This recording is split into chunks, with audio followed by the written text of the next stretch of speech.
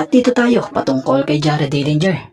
So tila pamamaalam o retirement message ito ni Jared Dillinger. Ang naging post niya kamakailan lang na umani ng iba't ibang reaksyon na ayon sa post nito, credit po all good things come to an end.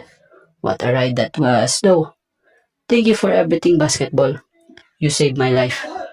So matatanda ang si Jared Dillinger ay matagal ding namalagi sa ating pambansang liga na PBA mula 2008 nang madrap siya ng Talk and Text, Tropang Texters hanggang taong 2023. So si Jared Dillinger ay nakapaglaro sa tatlong magkakaibang koponan sa PBA. Sa Talk and Text, Meralco at Barangay Ginebra. Kung saan sa loob ng naging karir niya sa liga, nakaipon siya ng 9 na kampyonato kasama ng TNT at Ginebra.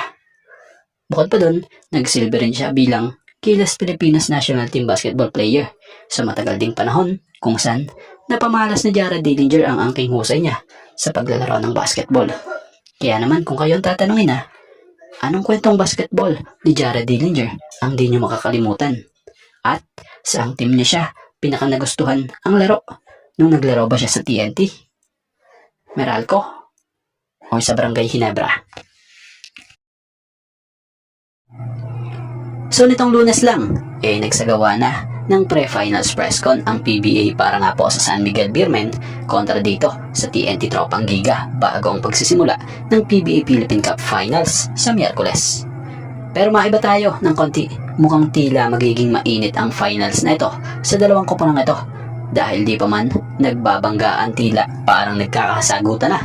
Kung matatandaan nyo sa naging interview kay Don Trollano nung mga nakaraan, may naging nabanggit nga sa opinion niya etong si Don Trollano kung sa ay batay sa naging prediction sa magiging best of 7 series nila versus TNT, 4-0 nga para sa kanya, kung saan paghahandaan nga raw nilang mabuti itong TNT. Batay pa kayo doon sa team nga raw naman nila kahit sino capable mag-explode At nito lang, sumagot pa dyan si coach or si TNT team manager Jojo Lastimosa about sa naging matinding 4-game sweep prediction ni Don Trollano sa paparating na PBA Season 50 Philippine Cup Finals na ayon nga kay TNT team manager, well, that's its opinion and it's hard enough to win a championship.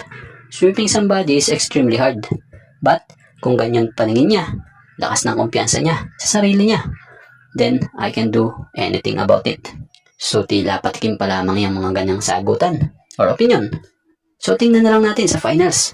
Pero ang nakakasigurado tayo dito magiging magandang bakbakan ang magaganap sa finals na ito. Mainit na laban ito. At bago nga ang lahat, baka naman po pwedeng makahingi ng isang subscription para sa ating channel or pakifollow na rin po kung nagustuhan nyo ang ating mga basketball update. At kung ito na may makakabigat para sa inyo, kahit isang like and share na lamang po. Maraming salamat po.